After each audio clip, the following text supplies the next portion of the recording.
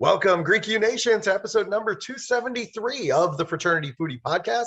I'm your host, Mike Ayalon, CEO of Greek University. I'm a speaker and a two-time author. Our second book is called From Letters to Leaders, Redefining New Member Education and Leveraging Belonging to Eliminate Hazing. So go and pick up that book today on Amazon. We call these episodes the Fraternity Foodie Podcast because there is nothing like great food to bring fraternity and sorority leaders together. Fun fact, I recently went on a tour of MIT with my kids as they were deciding which college to go to. The story that our guide told us was about all the hacks that the students have done there over the years. And one of the favorite sites of hacks has been the Great Dome, which is the large classical dome that sits atop Building 10.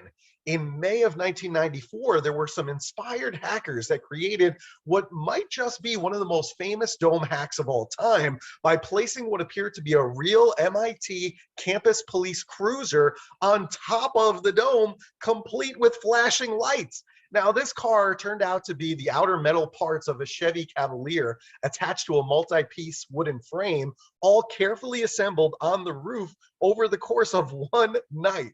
The hackers paid special attention to detail because not only had the Chevy been painted to look just like a campus police cruiser, but a dummy dressed up as a police officer sat inside with a toy disc gun and a box of donuts. The car, numbered Pi, also sported a pair of fuzzy dice, the license number IHTFP, an MIT campus police parking ticket that said no permit for this location, and a yellow diamond-shaped sign on the back window proclaiming, "I break for donuts." You gotta love it.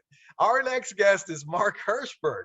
Mark is the author of the Career Toolkit, Essential Skills for Success That No One Taught You, and he's also the creator of the Brain Bump app. From tracking criminals and terrorists on the dark web to creating marketplaces and new authentication systems, Mark has spent his career launching and developing new ventures at startups and Fortune 500 companies, as well as academia, with over a dozen patents to his name. He helped to start the Undergraduate Practice Opportunities Program, which is dubbed MIT's Career Success Accelerator, where he teaches annually.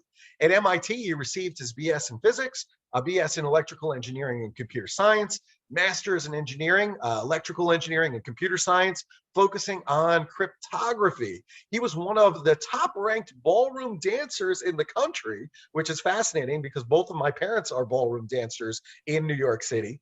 And Mark lives in New York City, where he is known for all of his social gatherings, including his annual Halloween party, as well as his diverse cufflink collection. I mean, what a character. Welcome to the show, Mark. Thank you so much for having me on the show. And you know, that hack, that is definitely one of the more famous hacks. Here's the irony. My fraternity is directly across the river from Building 10, where the Great Dome is. Outside our back windows, we have a direct view to that dome. I was pulling an all-nighter that night, trying to finish up some work. And at no point did I ever turn around to look outside the window because I've seen this view many times. So all night long, I didn't look around. I finished my work probably early in the morning and then went to campus to turn it in, or maybe just went to bed. So I never actually saw the police car that if I had just turned around once that night, I would have seen it live. Oh my God, you missed the best show ever and you were there on campus. Oh my gosh. Right time, right place, pulled the wrong date for an all-nighter. All right, so let's talk about it. I mean, you decided on MIT for your undergraduate and also your graduate experience. I'm sure you had many choices in terms of where you were going to go to school. So what made you choose MIT of all places? When I was 5, my mother told me about Harvard. I said, I want to go there. When I was 8, I heard Einstein was at Princeton. Now, he wasn't at Princeton. He was at the Institute for Advanced Studies in the town of Princeton. I said, I want to do Princeton. And then when I heard about the hacks at MIT, when I was 12, my mom read me an article from Reader's Digest about it. I said, that's where I want to go. And I, as you can guess from all those degrees I have, I am a kind of classic nerd. I grew up in the 80s, loving everything an 80s nerd would love. So MIT was the pinnacle. The license plate you mentioned on the car, IHTFP, stands for I have truly found paradise. There's other interpretations, there's many, but that's the main one. And really for a nerd like me, when you show up on campus and you say, wow, this is where I belong, this is where I find other people like me, it might not be as meaningful these days because being a nerd has become a little more popular, but back then you found your home. Yeah, being a nerd is like mainstream now. I mean, look at the television shows that are out there. I mean, it's cool to be a nerd now. So, times have changed, I guess. They're co-opting nerd culture. Well, all right. So, and you also joined Pi Lambda Phi at MIT. So, what made that particular group stand out among all the other fraternities there on campus? Now, what most people probably don't know, MIT has one of the biggest Greek communities of any university. And it's because historically, that's where we housed most of our students. I remember back my senior year in high school, as a guidance counselor's office reading an article and said, oh, should you go Greek? I remember just looking going, of course not, because a nerd like me does not join those jock fraternities. But when I went to MIT, when you pre-frosh, when you stay over as an admitted student, they put you up typically in a fraternity. I said, wow, wait, these are nerds. They're not that stereotype frat boy. They're people like me. And I became more open to it. And what I liked about Pi Lambda Phi, our fraternity, were one of, I think, the older fraternities. And one thing I didn't realize at first, a lot of fraternities and probably sororities, they have religious affiliations. Back in the day, there were the Protestant ones, the Catholic ones, the Jewish ones. Pi Lambda Phi was founded by a Catholic, a Protestant, and a Jew. And they said, you know what? We're open to everyone. And in our creed, it is about equality for all people. And I really like that. I like the diversity that we had within our fraternity. I like the values of the fraternity. And of course, the people, because they're the ones you're living with. Yeah, that's why most people join. It's the people, right, in that particular chapter. I mean, I think it's great when you have a match in terms of the values with the national organization. And I love that, it's really founded by these three different people that came together and said, hey, we're going to build an organization for everybody. I absolutely love it. And you know what? I mean, if you think about the late 1800s, I mean, there was a lot of exclusion. Even the early 1900s, I mean, a lot of the fraternities really, I mean, they were for white Anglo-Saxon Protestant. That's what they were built around. And it wasn't until later, you take the fraternity that I joined, for example, in the 1930s and 1940s, did they say, you know what, this isn't really applicable anymore. Our brothers on these local campuses are choosing the best men, no matter what their religious affiliation is. And so we need to kind of get with the times and change our bylaws. And so that's basically what has happened. And I think today it is a much more inclusive space. Yeah. So that's pretty much how all of that went. But I love that you found a fit, and I love that, you kind of battled against that jock stereotype that's out there for fraternities, because nothing could be further from the truth.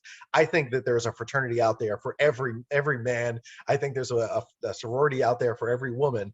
So I'm glad that you found your home, and clearly it worked out well for you. Me too. That was an important part of my development and learning experience while at MIT. Agreed. Same with me. I didn't go to MIT. I wasn't quite as bright, but my kids will have that opportunity, so that's good. Now, you've spent your career launching and developing new ventures, at startups and Fortune 500 companies, even academia. Everything from tracking criminals to new marketplaces. So, what types of companies interest you so much that you say all of a sudden, I want to join this team? I like uncertainty. I like change. My nightmare job is if I went into corporate America and they said, here's your job, manage this division and get 3% growth from this year to next year. You're on version 7 of the software, put out version 7.1. I like startup companies or growing startups within a large organization. I don't know if we'll be in business in 18 months early on. Even when we're low layer stage, I don't know what the company will look like. How are we scaling? What are the challenges? What are the problems? What new products and markets do we need to enter? That uncertainty, that chaos, that's the fun part for me. Yeah. I can definitely see that in you and also in me too. I think for me, the startups are just so exciting because it's so unpredictable. You don't really know which way it's going to go. Is it going to be a huge hit?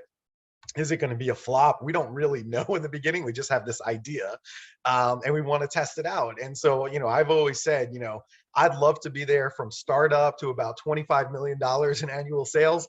After that, let somebody else run with it. I'll go chase the next startup opportunity.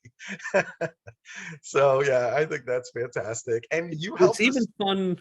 I find it even fun going a little further because, of course, going 0 to 25 million, you have no resources, and you're going, "Oh my God, can we Bootstrap buy the everything. team lunch this week?" But when you get even into the tens of millions, it's fun where you can say, "Oh, I can send everyone to a conference this year. I don't have to worry about the budget." Yeah. But then certainly as you get much bigger, when you start to get to hundreds of millions, that's where it almost feels like you fossilize. You get a little ingrained. Yeah, I agree completely with that. Yeah, there's something, I mean, I've always bootstrapped, no matter which organization I've been with, it's been a bootstrap situation that we really don't know. Can we pay our employees, buy them lunch this week? I don't know. Like, let's check the bank account. So, there's something about that that just kind of feels fun to me. And you make it work, right? I mean, you do what you can. And you helped to start this undergraduate practice opportunities program, which is MIT's Career Success Accelerator, where you teach. What made you start this program at MIT? We had been doing surveys at MIT of companies and finding out there were a number of skills they wanted that weren't being taught. Leadership, communication, networking, negotiating, team building. And by the way, this is not unique to MIT. Similar surveys at other schools, and not asking just about their students, found similar things. These are the skills we need to be successful. And we've all heard this. We've all heard, oh, networking is really important, but no one actually sits you down and teaches you how to do it. So that's a big shortcoming on our campuses. And that's why we started this program. I love it. That's a great opportunity for the students. And you're right. I think there are some missing skills that employers are looking for right now. And so it's up to us to figure out a way to make sure the students get those skills. I think a lot of them can come from the fraternity and sorority experience. I certainly think, public speaking, managing, a six-figure budget. I mean, these are things that college students really have a big leg up over the competition if they were in the Greek system. So I think some of it can come from there, but another, the Career Success Accelerator certainly is a place where they can get those skills while they're still in college. So that way they can hit the ground running in their first entrepreneurial venture, for example. I agree completely. You really do get to start to develop some of those skills in a fraternity or sorority or other type of living group. Mhm. Now, having a formal program, if there are any administrators out there listening to the show, we can talk about, give me a call, happy to teach you what we've done at MIT so you can do it yourself. And it can be part and parcel with that experience in independent living groups, fraternities, sororities, where you get them to reflect on what they're doing in those programs and really get more out of it. Love it. Now, you released the book. It's called The Career Toolkit, Essential Skills for Success That No One Taught You. You released that book in 2021. I know there's an app there as well. In the book, you talk about building a career plan. So what goes into a career plan? When you have a career, not just a job, you think about where you're going in the future. And certainly well into your 20s and 30s, you start to say, here's where I want to be in 10 years and 15 years. Now, most people just say, well, that's where I hope to be. And that's it. Just cross my fingers, hope I get there. But that is not a good plan. And so in chapter 1 of the book, we break down how to actually go from this is where I want to be to how to create and execute a plan to get there. I'll say for most of the people probably listening who are in school, here's an important thing to think about. So many people come out of college, I see this year after year, and they say, I just need a job, any job, I'll take a job. And what might happen is they could say, well, let's say I want to work on Wall Street. Oh, but this particular year, Wall Street jobs are hard to find. So I'm going to take a job over there in another industry. And maybe I'll try to get back to it. But after a year or two, they're busy. They don't really focus on it. They've got their new job. They're getting established. They don't think about it. And then suddenly the ability to shift into Wall Street or whatever industry they really wanted starts to diminish. and it gets harder. Now, there are ways around this, but be intentional with that first job out of college. Don't just say, I'll take whatever I can get. It's like walking out of a building and saying, I'm going on a journey. If you choose to start at the north entrance versus the west entrance, you're going to be walking in a different direction. And that can take you in a whole different path that you may not have intended. So recognize where you want to go. Even if you do have to take a job today that, hey, I do need the money, I have student loans, be very intentional with where you're trying to go. That's great advice. In chapter 3 of the book, it's about interviewing. You talk about creating your own opportunities. So it kind of blends into what you were just talking about there. How can a job candidate dictate the opportunities? Half of the jobs I've had were not jobs that were posted, were not jobs where someone said, hey, we need someone to do this. I've learned to be very good at listening to what the problems are and then saying, well, given this, here's how I can help you. Here's a job we could create. So what you want to do is to be very active in speaking to people and listening and hearing about their problems and challenges. Tell me about your business. What are some of the things you're struggling with? What are some of the problems? What are the opportunities you have? Do you have the resources to capitalize on? It doesn't have to be quite that interrogation. This should be a little more natural in a conversation, but those are the things you want to look for. And when you hear that, you say, oh, well, tell me more about this problem you have. And I happen to know how to do this. Would that be useful for you? And that's how you can create your own opportunities, whether it's creating a job that didn't exist, or when you show up for a role, you say, hey, I can do that. By the way, I notice you have a problem here too. I can help with that as well, and expand your role. That's a great tip. That's the one mistake I think most college students make, is that when they meet a business owner, they can't help but talking about themselves as a student and all their accomplishments, but they didn't once stop to ask this business owner what problems he's having. So in terms of percentage, right, of how much the college student should be talking versus the business owner, the college student should probably be only talking maybe 30 or 40% of the time. Let the business owner do all the talking. Ask them about their business, ask them about their clients, ask them about the problems that they're having, and then formulate your response based on what that business owner is looking for. That's the biggest mistake that they make. And I think Mark has outlined it very, very well for you. That's exactly right. You always want to talk about their favorite subject. Yeah. And guess what? Their favorite subject is them, themselves, their businesses. Let them talk, and that gives you information. I once got a job offer. I showed up, and I just let the guy talk and talk and talk. I probably said maybe 300 words in an hour-long interview, and this guy just kept talking and talking. At the end, he gave me a job offer because we had such a great conversation. He loved everything we talked about. Yeah. I didn't take the job because I didn't want to work for that guy. But let them talk. Most people will fill silence. Absolutely. You're 100% correct with that. And if you think about it from that person's perspective who gave you the job interview, he probably thought that interview went great. In his mind, this was the best interview that he's had all day. Why? Because you allowed him the space to talk about himself the whole time. So I think that is really, really good, sage advice. And you were just talking about the job offer, that he gave you this job offer. What do you think is the best way to negotiate a job offer if you're a recent college grad? Now, keep in mind, I have a whole chapter on negotiations and a section within that, negotiating job offers. There's a big variation because if you join, let's say, a large consulting company or Wall Street firm, they might have a very fixed, hey, this is how it goes. If you join Goldman Sachs, they say, this is it. And if you don't want, we've got 1,000 people out the door waiting to take that spot. On the other hand, smaller companies, you've got more flexibility. And the key is to start with your research. Go to your career office, find out what are jobs going for these days for your field, your major, this type of job, this particular market. What are jobs paying? And have the numbers in your head. Don't just go, well, I hope I get a good number. With any negotiation, you want to do your research ahead of time. The other key thing, and there's a whole books of tips. There's the chapter in mine. You can read whole books, take whole courses.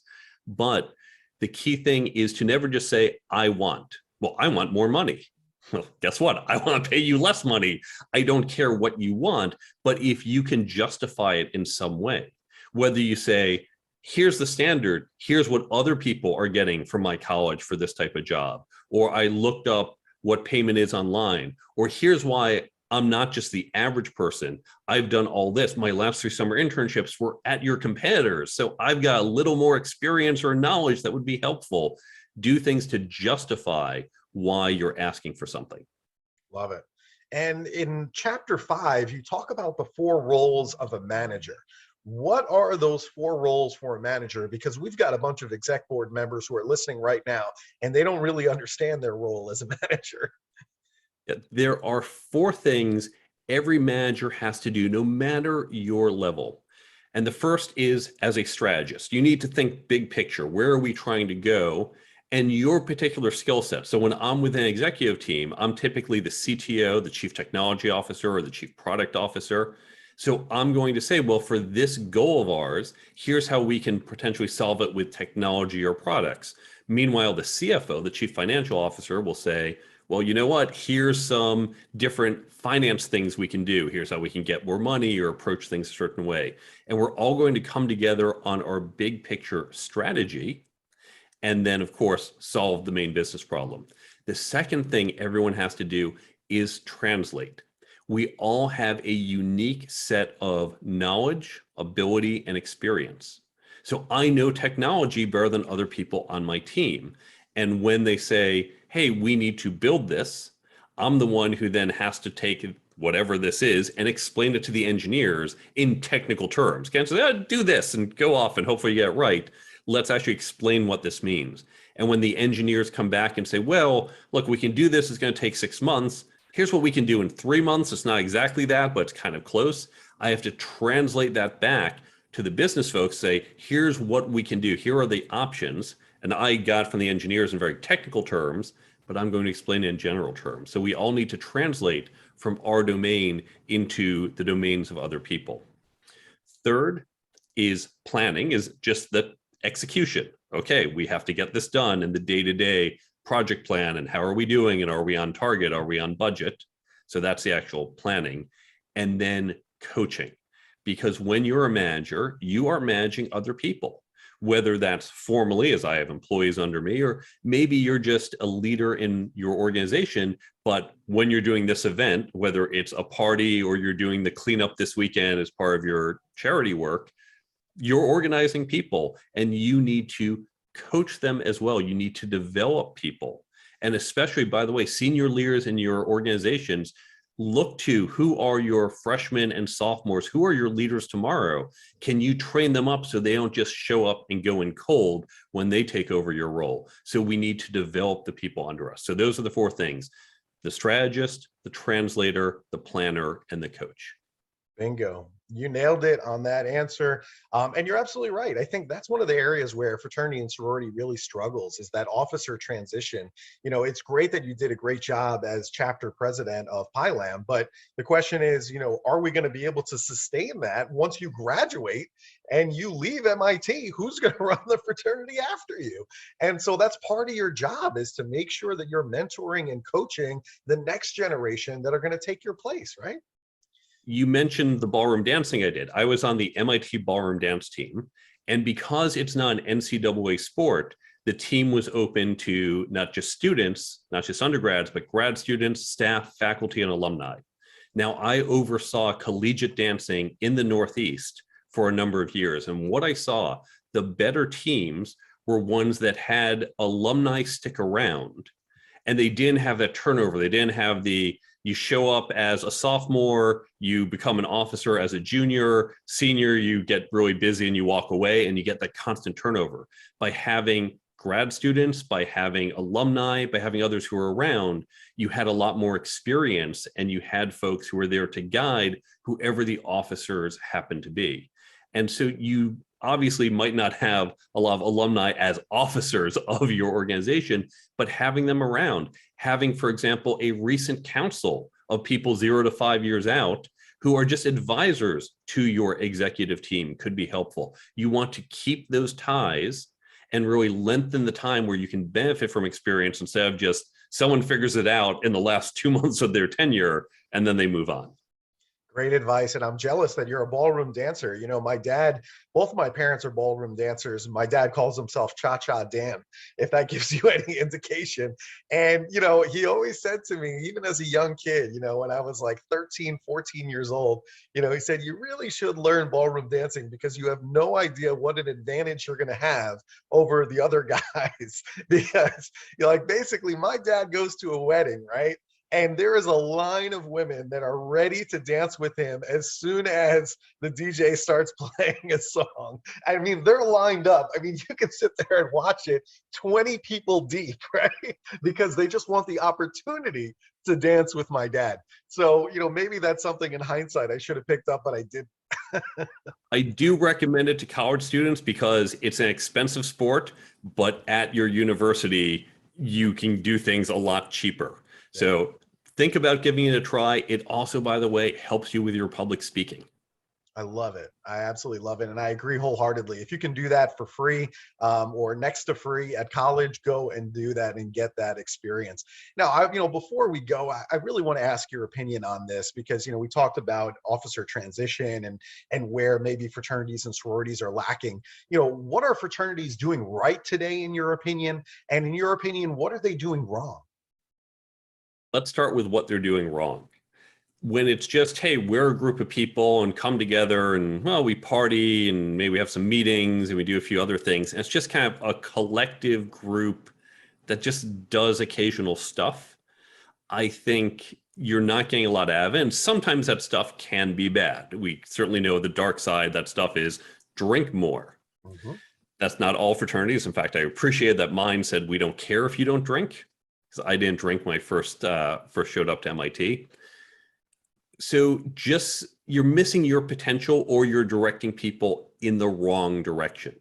What you can do that is right is you have this organization and you have these young 17, 18-year-olds showing up who are ready for change at that moment in your life for saying, I'm off to college. This is where I'm going to learn and grow and figure things out. And if we can just help nudge them in the right direction, whether that's helping with study habits, helping to develop skills, helping conflict resolution, because let's face it, these are our families and, well, you don't always like all of your family members. It was really valuable for me to learn to deal with some of my difficult fraternity brothers.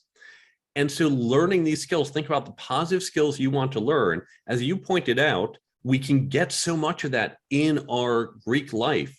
But let's be intentional. Let's not just hope, well, yeah, you fought with your brother or sister, and well, I guess that happens. Let's think about what can we learn from that? And we can be intentional in developing people, developing habits, developing skills, and building those lifelong connections. The motto of Pi Lambda Phi is not 4 years, but a lifetime. And I still see my brothers. We still have an active mailing list. So building those relationships, building those skills, be intentional in doing so. Fantastic. Now, we do love good food here at the Fraternity Foodie Podcast. I was just in Manhattan doing a tour of Columbia. I think my daughter is going to end up there. So, I do get there very, very often. So what's your favorite restaurant these days in Manhattan? In New York, so many things have changed over, unfortunately. For me, it would be one of three places. Isle of Capri, which is right by Bloomingdale's, is a fantastic Italian restaurant. I highly recommend it. But also my local pizza place and my local bagel place, because New York City, pizza and bagels, that is what you want here. I love getting that fresh bagel. It's still warm and I take it home, bagels, lox, and cream cheese. I'm going to miss that if I ever leave New York. Yeah, you're absolutely right. I live in Nashville, Tennessee now, and I can't find good pizza or a good bagel to save my life. So you have to enjoy it now, because I'm telling you, if you move anywhere else, you are going to be craving pizza and bagels like you have no idea. And there's nothing you can do about it. My rule when I came to New York was pizza at least once a week. Good for you, man. I'm jealous because I could definitely go for a New York slice right now. So listen, if our student listeners, if they want to pick up your book, they want to check out the app, they want to bring you in to speak on their college campus, where should they go to connect with you? The best place is my website, thecareertoolkitbook.com. There you can learn more about the book, see where to buy it, follow me on social media, get in touch with me if you want to bring me in or if you have questions. There's also a free companion app, the Career Toolkit app, that has a lot of the great content from the book. There's a resources page with a lot of free resources you can use, including how to develop this type of learning program. What we do at MIT's Career Success Accelerator, this is how you can do it on your campus, even within your living group. I've got tools to help you do that. And if you have questions, reach out. I'm happy to help you set up. I give this all away for free. Now, the app, it's free on the Android and iPhone store, the Career Toolkit app. There's a second app, the Brain Bump app, and that's from Cognosco Media, Cognosco Media, also free on Android and Apple. On Android, I think right now you need a space. Apple, it's broken, do it without a space. But the Brain Bump app has the tips not just from my book, but other books, blogs, podcasts, and other content to help you better learn and retain it. So both of those apps are free and will help you develop these skills. Mark, what can I say, man? You are, in Yiddish, they call a mensch. You are the ultimate mensch. I mean, you just freely give away great information. You're so accessible to college students. You teach college students. You're obviously very loyal to MIT. And, you know, you're a career lifelong learner. I mean, come on, man. I mean, you are the ultimate mensch. So thank you for doing what you do. I think it's something that we all aspire to. So I appreciate it. Thank you for having me on the show and letting me share. Of course, my pleasure. And to our listeners, if you enjoyed Mark's talk today, please be sure that you like it. Please be sure to share it on social media with other college students. And we hope to see you on another episode of the Fraternity Foodie Podcast. Thanks so much for tuning in, and we will see you next time.